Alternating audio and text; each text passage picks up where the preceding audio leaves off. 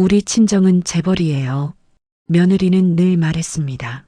그래서 저는 항상 초라한 시어머니 취급을 받았죠.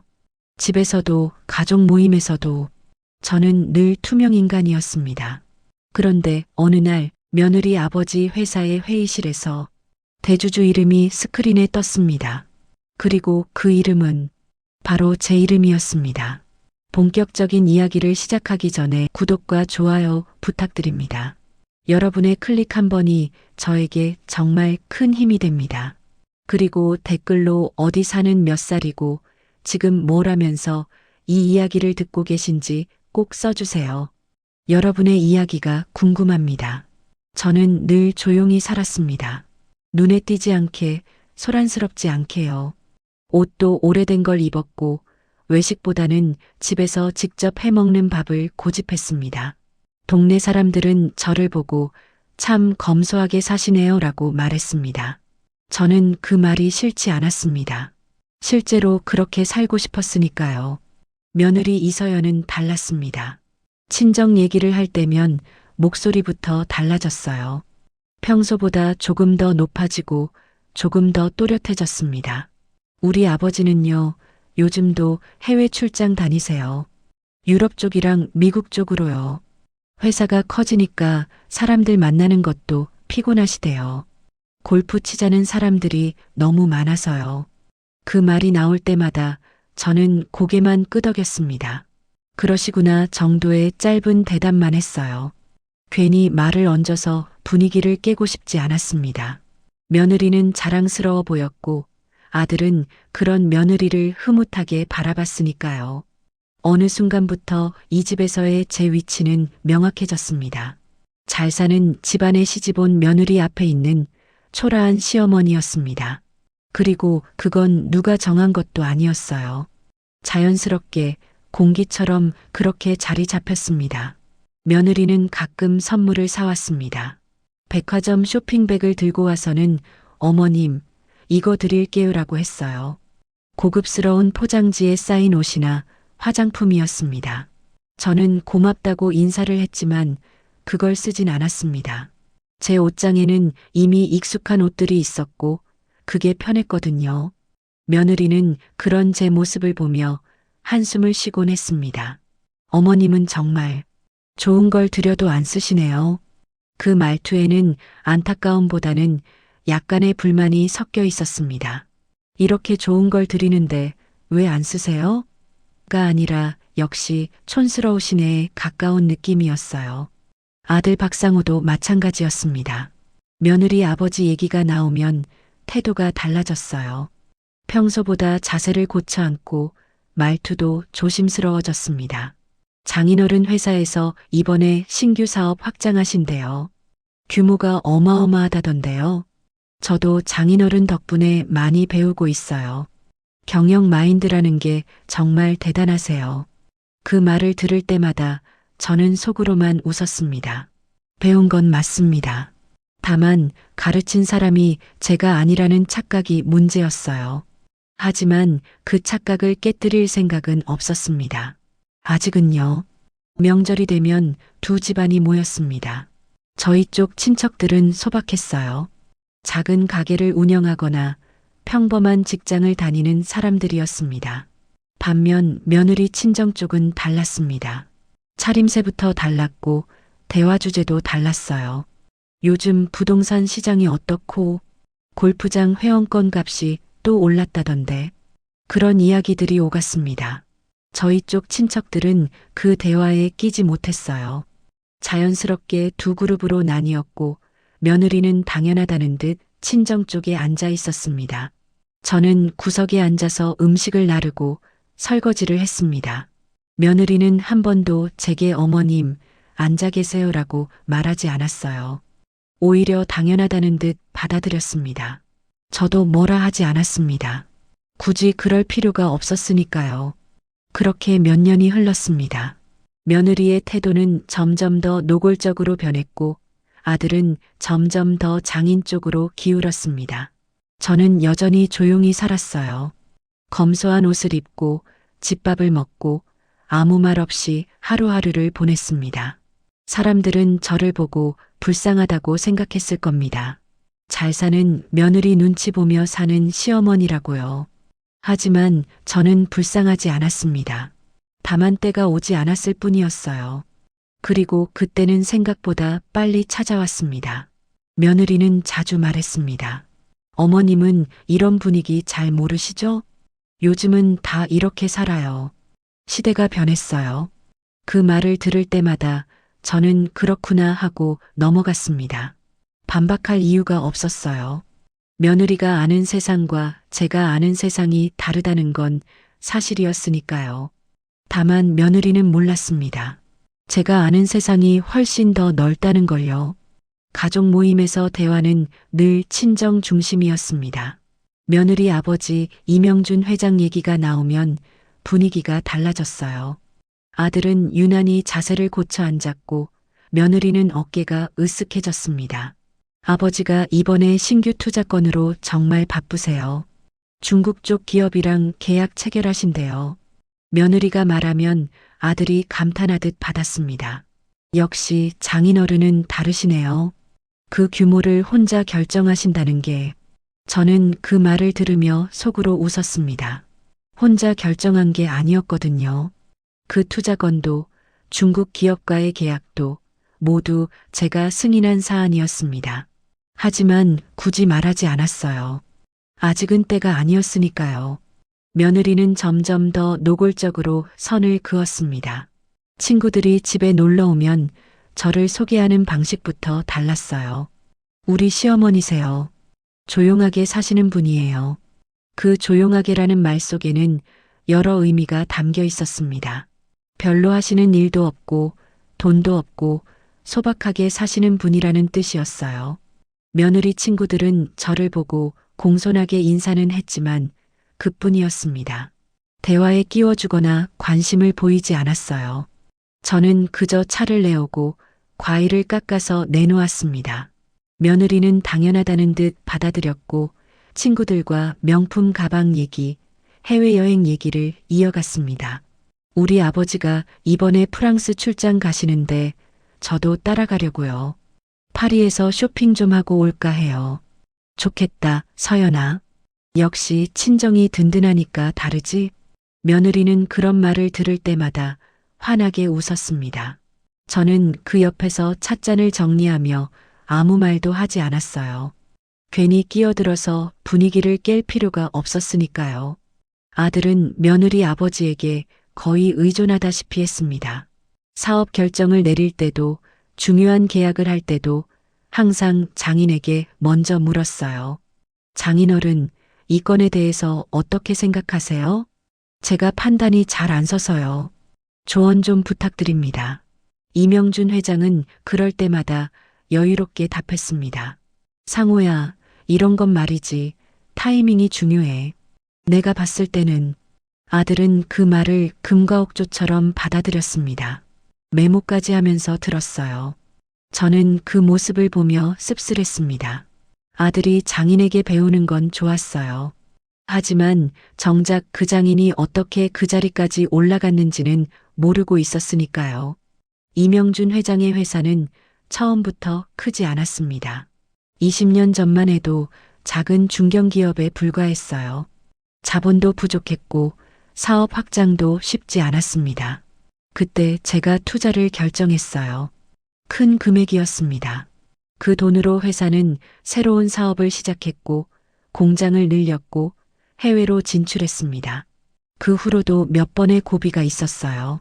자금이 막힐 때마다 저는 조용히 지원했습니다.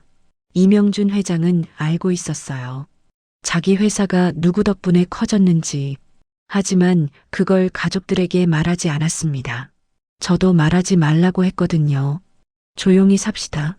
굳이 가족들이 알 필요 없어요. 이명준 회장은 고개를 끄덕였습니다. 어머님 뜻대로 하겠습니다. 그렇게 세월이 흘렀습니다. 며느리는 친정 아버지가 자수성가한 줄 알았고 아들도 장인이 혼자 힘으로 회사를 키운 줄 알았어요.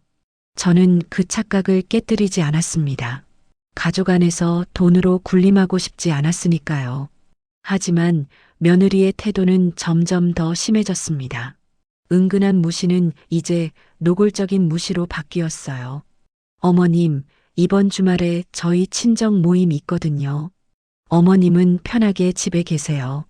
가셔도 아실 분들도 없고 대화도 안 통하실 거예요. 저를 아예 배제하는 말이었습니다. 아들은 옆에서 아무 말도 하지 않았어요. 오히려 며느리 편을 들었습니다. 엄마, 그냥 집에서 쉬세요. 거기 가면 피곤하시잖아요. 저는 그래, 그럴게 하고 넘어갔습니다. 화가 나지 않았냐고요? 물론 났습니다. 하지만 참았어요. 아직 때가 아니었으니까요. 며느리는 제 방에 들어올 때도 노크를 하지 않았습니다. 그냥 문을 열고 들어와서는 어머님, 이거 치워주세요 하고 빨랫감을 던져놓고 갔어요. 저는 그걸 치웠습니다. 한마디도 하지 않고요. 아들은 그런 며느리의 태도를 문제 삼지 않았습니다. 오히려 저에게 말했어요. 엄마, 서연이가 요즘 친정일로 스트레스 받아요. 조금만 이해해 주세요. 저는 알았어 하고 대답했습니다. 더 이상 말하지 않았어요. 어차피 아들은 제 말을 듣지 않을 테니까요. 그렇게 또 시간이 흘렀습니다. 며느리의 무시는 일상이 되었고 아들의 무관심도 당연해졌습니다. 동네 사람들은 저를 보고 수군거렸습니다. 저 집 며느리 좀 봐. 시어머니한테 어떻게 저럴 수가 있어? 그래도 시어머니가 착하시니까 참고 사시는 거지. 저는 그 말들을 들으면서도 아무렇지 않았습니다. 불쌍해 보여도 괜찮았어요. 어차피 진실은 언젠가 드러날 테니까요. 그리고 그날이 왔습니다. 그날은 며느리 친정회사의 확장 투자 관련 미팅이 있는 날이었습니다. 아들이 아침 일찍 양복을 챙겨 입으며 말했어요. 오늘 장인어른 회사에서 중요한 회의가 있어요. 저도 참석하라고 하셔서요. 며느리는 신이 난 듯 거들었습니다. 우리 아버지가 상호 씨 경영 감각을 높이 사시나 봐요. 이런 자리에 부르시는 거 보면요. 아들은 뿌듯한 표정을 지었습니다. 저는 식탁에 앉아서 그 모습을 조용히 바라봤어요. 며느리가 커피를 마시다가 저를 힐끗 보더니 말했습니다. 어머님은 오늘 집에 계시죠? 편하게 쉬세요. 저는 고개를 끄덕이려는 찰나 아들의 휴대전화가 울렸습니다. 아들이 전화를 받았어요. 네, 장인어른. 지금 출발하려던 참이었습니다. 통화를 마친 아들의 표정이 조금 이상했습니다. 며느리가 물었어요. 왜? 무슨 일이야? 장인어른이 어머니도 같이 오시래요. 순간 며느리의 얼굴이 굳었습니다. 왜? 어머님이 왜 가셔야 하는데? 아들도 당황한 듯 말했습니다. 저도 모르겠어요. 그냥 어머님도 모시고 오라고 하셨어요. 며느리는 불만스러운 표정을 감추지 못했습니다. 무슨 회의인데 어머님까지 이해가 안 되네. 저는 조용히 말했습니다. 가야 한다면 가야지. 준비할게. 며느리는 입술을 깨물었습니다. 아들은 어쩔 수 없다는 듯 고개를 끄덕였어요. 저는 방으로 들어가서 옷을 갈아입었습니다. 평소와 다르지 않은 수수한 옷이었어요. 차 안은 내내 조용했습니다. 며느리는 창밖만 바라봤고 아들은 핸들을 잡은 채 말이 없었어요. 저는 뒷좌석에 앉아서 풍경을 바라봤습니다. 마음은 평온했어요. 오히려 이제야 때가 왔구나 하는 생각이 들었습니다. 회사 건물에 도착했습니다. 고층 빌딩이었어요. 로비에는 사람들이 분주하게 오갔고 며느리는 익숙한 듯 앞장서서 걸었습니다. 이쪽으로 오세요. 엘리베이터를 타고 최상층으로 올라갔습니다. 문이 열리자 넓은 복도가 나타났어요. 며느리가 안내했습니다. 회의실은 저쪽이에요. 회의실 문을 열자 이미 몇 명이 앉아 있었습니다. 이명준 회장이 자리에서 일어나 저를 맞았어요. 어머님 오셨습니까? 그의 태도는 공손했습니다. 지나치게 공손했어요. 며느리는 그 모습을 보며 의아해했습니다. 아들도 조금 놀란 듯 했고요. 아버님, 어머니를 왜 부르신 겁니까? 이명준 회장은 빙그레 웃으며 말했습니다. 곧 알게 될 거야. 우리는 자리에 앉았습니다. 저는 테이블 한쪽 끝에 앉았고 며느리와 아들은 그 옆에 자리를 잡았어요. 회의실에는 낯선 사람들도 있었습니다. 양복을 단정하게 차려입은 법무팀과 재무팀으로 보이는 사람들이었어요. 이명준 회장이 입을 열었습니다. 오늘 이 자리는 신규 확장 투자건에 대한 최종 승인을 받기 위한 자리입니다. 며느리가 고개를 끄덕였습니다. 아들도 긴장한 표정으로 서류를 바라봤어요. 투자 규모가 큽니다. 그래서 대주주의 동의가 반드시 필요합니다. 그 순간 재무 담당 최도연이 자리에서 일어났습니다. 그는 노트북을 조작했고 스크린에 자료가 떴어요. 이번 투자 구조를 설명드리겠습니다. 화면에는 복잡한 도표와 숫자들이 나타났습니다. 최도연이 차분하게 설명을 이어갔어요. 현재 본 회사의 지분 구조는 다음과 같습니다. 그리고 다음 슬라이드가 넘어갔습니다. 거기에 이름이 하나 크게 떴습니다. 윤정임 대주주 지분 47%. 순간 회의실이 조용해졌습니다. 며느리는 웃다가 멈췄어요. 눈을 깜빡이며 화면을 다시 쳐다봤습니다. 아들은 숨을 삼켰어요. 손에 쥔 펜이 떨리는 게 보였습니다. 며느리가 떨리는 목소리로 물었습니다. 저 이름이 왜? 최도연이 차분하게 답했습니다. 윤정임님께서 본 회사의 최대 주주이십니다.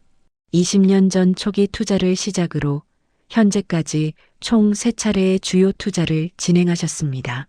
며느리의 얼굴에서 혈색이 사라졌습니다. 아들은 저를 바라봤어요. 믿을 수 없다는 표정이었습니다. 이명준 회장이 말했습니다. 상호야, 내가 그동안 궁금해했던 거 있잖아. 우리 회사가 어떻게 이렇게 커졌는지. 아들은 입술을 달싹였지만 말이 나오지 않았어요. 내 어머니 덕분이야. 며느리가 고개를 저었습니다. 아니, 이게 무슨 어머님이 무슨 돈이 있으셔서. 최도연이 다시 화면을 넘겼습니다. 거기에는 투자 내역이 상세히 나와 있었어요. 2005년 초기 투자 50억, 2012년 확장 투자 120억, 2018년 해외 진출 투자 200억. 숫자가 하나씩 읽힐 때마다 며느리의 얼굴은 더 창백해졌습니다.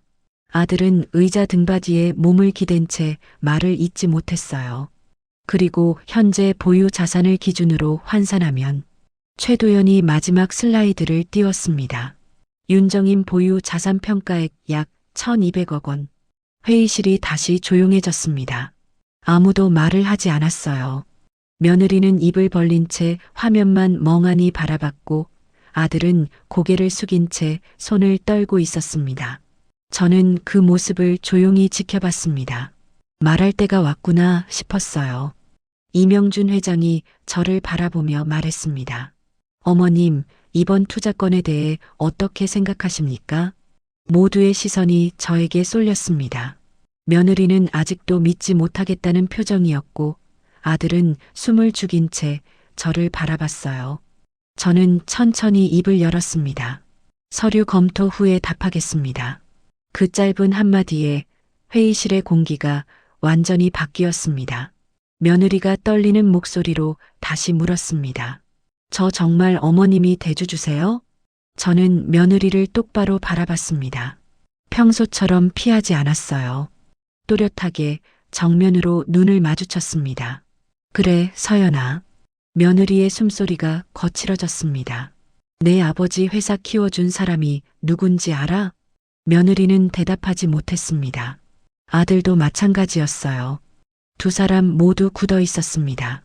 저는 천천히 말을 이었습니다. 20년 전 내 아버지 회사는 부도 직전이었어. 은행에서 대출도 막혔고 거래처들도 다 떨어져 나갔지. 이명준 회장이 고개를 끄덕였습니다. 며느리는 그 모습을 믿을 수 없다는 듯 바라봤어요. 그때 내가 투자를 결정했어. 50억? 작은 돈은 아니었지. 그 돈으로 공장을 살렸고 새 거래처를 확보했고 직원들 월급도 밀리지 않게 됐어. 며느리의 입술이 파르르 떨렸습니다. 그게 사실이에요? 아버지, 이명준 회장이 무겁게 대답했습니다. 사실이다, 서연아. 며느리는 고개를 저었습니다. 믿고 싶지 않은 듯 했어요. 왜 말씀 안 하신 거예요? 이명준 회장이 저를 바라보며 말했습니다. 어머님께서 조용히 하자고 하셨어. 가족들한테 굳이 알릴 필요 없다고. 저는 고개를 끄덕였습니다. 맞아. 나는 가족 앞에서 돈으로 군림하고 싶지 않았어. 며느리가 자기 친정을 자랑스러워하는 걸 막고 싶지도 않았고, 며느리의 얼굴이 빨갛게 달아올랐습니다. 부끄러움과 당혹감이 섞인 표정이었어요. 최도연이 서류를 넘기며 말했습니다. 2012년 확장 투자 당시에도 윤정임님의 지원이 없었다면 해외 진출은 불가능했습니다. 2018년 투자 역시 마찬가지입니다. 당시 시장 상황이 좋지 않아서 다른 투자자들이 모두 발을 뺐을 때 윤정임님께서 200억을 투자하셨습니다. 아들이 떨리는 목소리로 물었습니다. 엄마, 그럼 그동안 우리가 장인어른 덕분에 산다고 생각했던 게. 저는 조용히 말했습니다. 너희 장인은 훌륭한 경영자야. 그건 사실이야. 하지만 그 경영을 할 수 있게 만든 자본은 내가 됐어. 며느리가 의자에서 일어나려다 주저앉았습니다. 다리에 힘이 풀린 듯 했어요. 어머님, 저는 정말 몰랐어요. 저는 며느리를 가만히 바라봤습니다. 알았으면 달라졌을까? 며느리는 대답하지 못했습니다. 저는 계속 말했습니다. 서연아, 나는 내가 친정을 자랑스러워하는 게 싫지 않았어. 정말이야. 딸이 친정을 자랑스러워하는 건 당연한 일이니까. 며느리의 눈에 눈물이 고였습니다. 하지만 그게 다른 사람을 무시하는 이유가 되면 안 돼. 며느리가 고개를 숙였습니다. 너는 나를 이런 분위기 모르는 사람이라고 했어. 요즘 세상 모르는 노인이라고 생각했지. 친정 모임에 나를 아예 부르지도 않았어. 대화도 안 통할 거라고 했잖아. 며느리는 눈물을 닦지도 못한 채 그대로 앉아 있었습니다. 아들이 떨리는 목소리로 말했습니다. 엄마, 죄송해요. 저는 아들을 바라봤습니다. 상호야, 너도 마찬가지야. 아들의 얼굴이 창백해졌습니다. 너는 장인어른한테만 배우려고 했어. 장인어른 말씀만 금과 옥조처럼 받아들였지. 내 말은 한 번도 제대로 듣지 않았어. 엄마는 몰라라는 식이었어. 아들은 고개를 들지 못했습니다. 저는 천천히 숨을 내쉬었습니다. 나는 잘난 척하고 싶지 않았어. 가족 앞에서 돈으로 군림하고 싶지도 않았고, 그래서 조용히 살았어. 검소하게 살았고 눈에 띄지 않으려고 했어. 며느리가 흐느끼기 시작했습니다. 근데 저는 며느리를 똑바로 바라봤습니다. 사람을 무시하면 그때는 말을 해야 하더라. 회의실이 다시 조용해졌습니다. 며느리의 흐느끼는 소리만 작게 들렸어요. 이명준 회장이 조심스럽게 말했습니다. 어머님, 이번 투자 건은. 저는 손을 들어 말을 멈추게 했습니다. 서류 먼저 볼게요. 검토 후에 답하겠습니다. 최도연이 서류 뭉치를 제 앞에 놓았습니다. 저는 천천히 페이지를 넘기며 내용을 확인했어요. 투자 규모, 사업 계획, 예상 수익률, 위험 요소, 하나하나 꼼꼼히 봤습니다. 며느리와 아들은 그 모습을 넋 놓고 바라봤습니다. 제가 서류를 읽는 모습이 낯선 듯 했어요. 평소에 보던 초라한 시어머니가 아니었으니까요. 저는 서류를 덮고 말했습니다. 3페이지, 해외 시장 분석 부분. 중국 시장 전망이 너무 낙관적이에요. 리스크 요소를 더 보완하세요. 최도연이 메모를 하며 고개를 끄덕였습니다. 그리고 7페이지, 투자 회수 기간. 5년은 너무 길어요. 3년 안에 회수 가능한 구조로 다시 짜세요. 이명준 회장이 대답했습니다. 알겠습니다, 어머님. 저는 서류를 밀어내며 말했습니다. 수정본 받아서 다시 검토하겠습니다. 오늘은 여기까지 하죠. 회의가 끝났습니다. 사람들이 하나둘 자리에서 일어났어요. 며느리와 아들은 여전히 앉아 있었습니다. 움직일 힘도 없는 듯 했어요. 저는 가방을 들고 자리에서 일어났습니다. 집에 가자. 며느리가 눈물 범벅인 얼굴로 저를 올려다봤습니다. 어머님, 정말 죄송해요. 저는 대답하지 않았습니다. 아직 할 말이 남아 있었으니까요. 그건 집에 가서 하기로 했습니다. 집으로 돌아오는 차 안은 침묵으로 가득했습니다. 아들은 핸들을 잡은 채 한마디도 하지 못했어요. 며느리는 조수석에서 손수건으로 눈물을 닦았습니다.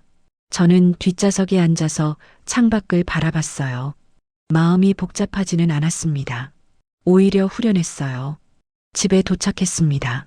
며느리가 먼저 현관문을 열고 들어갔어요. 저는 신발을 벗으며 말했습니다. 거실에 앉아라. 할 얘기가 있어. 며느리와 아들은 고개를 끄덕이고 거실로 갔습니다. 두 사람은 소파에 나란히 앉았어요. 저는 맞은편 의자에 앉았습니다. 한참 동안 아무도 말하지 않았습니다. 며느리는 손을 꼭 쥔 채 고개를 숙이고 있었고 아들은 무릎 위에 손을 얹은 채 시선을 바닥에 고정했어요. 저는 천천히 입을 열었습니다. 나는 너희한테 화가 난 게 아니야. 며느리가 고개를 들었습니다. 눈이 퉁퉁 부어 있었어요. 실망했어. 그 말에 며느리의 어깨가 떨렸습니다. 서연아, 나는 내가 친정을 자랑스러워하는 게 싫지 않았어. 친정 아버지를 존경하는 것도 당연한 일이고, 며느리는 입술을 깨물었습니다. 하지만 그게 다른 사람을 깔보는 이유가 되면 안 되는 거야. 며느리가 떨리는 목소리로 말했습니다. 어머님, 정말 죄송해요. 저는 정말 몰랐어요. 저는 고개를 저었습니다. 몰랐다는 게 변명이 될까? 내가 돈이 있든 없든 너는 나를 존중했어야 해. 며느리는 고개를 숙였습니다. 사람의 가치는 돈으로 정해지는 게 아니야. 내가 가난한 시어머니였다고 해도 너는 나를 함부로 대하면 안 됐어. 며느리가 흐느끼기 시작했습니다. 저는 아들을 바라봤습니다. 상호야. 아들이 고개를 들었습니다. 눈이 충혈되어 있었어요. 너도 마찬가지야. 장인어른이 대단한 분이신 건 맞아. 하지만 그분이 어떻게 그 자리까지 갔는지 생각해 봤어야 해. 아들은 대답하지 못했습니다. 나는 내가 장인어른한테 배우는 걸 막지 않았어. 오히려 좋았어. 하지만 너는 나를 아예 배제했어. 내 조언은 듣지도 않고 내 의견은 물어보지도 않았어. 엄마는 몰라. 엄마는 세상 물정 모르셔. 그렇게 생각했지. 아들의 눈에서 눈물이 흘러내렸습니다. 죄송합니다. 엄마, 정말 제가 잘못했습니다. 저는 한숨을 내쉬었습니다. 나는 너희가 행복하기를 바랐어. 그래서 조용히 있었던 거야. 돈 자랑하고 싶지 않았어. 며느리가 친정을 자랑하는데 내가 나서서 그걸 꺾고 싶지 않았어. 며느리가 눈물을 닦으며 말했습니다. 어머님, 저 정말 잘못했어요. 어떻게 하면? 저는 며느리를 가만히 바라봤습니다. 서연아, 나는 내가 달라지길 바라. 며느리가 고개를 끄덕였습니다. 돈이 있든 없든 사람을 대하는 태도는 같아야 해. 나한테만이 아니야. 다른 사람들한테도 마찬가지야. 식당 직원한테도, 청소하는 분들한테도, 택배 기사님한테도 모두 똑같이 존중해야 해. 며느리는 눈물을 뚝뚝 흘리며 대답했습니다. 네, 어머님, 정말 명심하겠습니다. 저는 아들을 다시 바라봤습니다. 상호야, 너도 장인어른한테 배우는 건 좋아. 하지만 내 엄마한테도 배울 게 있어. 나도 세상을 살아왔고 사업도 해봤어. 아들이 고개를 끄덕였습니다. 이제부터라도 내 얘기를 들어줘. 무시하지 말고. 네, 엄마, 정말 죄송합니다. 저는 자리에서 일어났습니다. 오늘은 여기까지 하자. 너희도 생각할 시간이 필요할 거야. 며느리가 일어나서 저를 붙잡았습니다. 어머님, 용서해 주세요, 제발. 저는 며느리의 손을 가만히 잡았습니다. 용서는 할 거야. 하지만 시간이 필요해. 그리고 너희가 진짜 변하는 모습을 봐야 해. 며느리는 고개를 끄덕이며 눈물을 흘렸습니다. 그날 이후 집안의 공기는 완전히 바뀌었습니다. 며느리는 저를 피했습니다. 아니, 피한다기보다는 조심스러워했어요. 말을 걸 때도 눈치를 보고 행동 하나하나 신경 쓰는 게 보였습니다. 아들은 고개를 들지 못했습니다. 저와 눈을 마주치는 것조차 힘들어하는 듯 했어요. 식사 시간에도 말이 없었고 회사 일도 예전만큼 자신 있게 말하지 못했습니다. 저는 달라진 게 없었습니다. 여전히 같은 옷을 입었고 같은 식사를 했어요. 집에서 밥을 해 먹고 설거지를 하고 조용히 하루를 보냈습니다. 며느리가 조심스럽게 다가왔습니다. 어머님, 제가 설거지 할게요. 저는 고개를 저었습니다. 괜찮아. 내가 할게. 며느리는 머뭇거리다가 물러섰습니다. 일주일쯤 지났을 때 아들이 저를 찾아왔습니다. 엄마 시간 좀 내주실 수 있으세요? 왜? 회사 일 때문에 조언 좀 구하고 싶어서요. 저는 고개를 끄덕였습니다. 그래, 무슨 일인데? 아들은 서류를 펼쳐 보이며 설명했습니다. 투자건이었어요. 저는 꼼꼼히 들었고 제 생각을 말해줬습니다. 이 부분은 위험 요소가 커. 좀 더 보수적으로 접근하는 게 나아. 아들은 메모를 하며 고개를 끄덕였습니다. 네, 엄마. 알겠습니다. 예전과는 다른 태도였습니다. 진심으로 듣고 진심으로 받아들이는 모습이었어요. 며느리도 조금씩 변했습니다. 친정 얘기를 할 때도 예전처럼 자랑스러운 톤은 아니었어요. 조심스럽게 겸손하게 말했습니다. 어머님, 이번 주말에 친정 모임이 있는데 어머님도 같이 가실래요? 저는 며느리를 바라봤습니다. 내가 가도 돼? 며느리는 고개를 끄덕였습니다. 당연하죠. 어머님도 가족이시잖아요. 저는 잠시 생각하다가 말했습니다. 알았어. 가볼게. 며느리의 얼굴에 안도의 표정이 스쳤습니다. 시간이 지나면서 관계는 조금씩 회복되었습니다. 완전히 예전으로 돌아갈 수는 없었지만 새로운 관계가 만들어지고 있었어요. 서로를 존중하고 서로의 말에 귀 기울이는 관계요. 저는 여전히 검소하게 살았습니다. 돈이 많다고 해서 사치스럽게 살 생각은 없었어요. 평소와 같은 옷을 입고 평소와 같은 음식을 먹었습니다. 다만 한 가지 달라진 게 있다면 이제는 제 의견을 말할 수 있게 됐다는 거예요.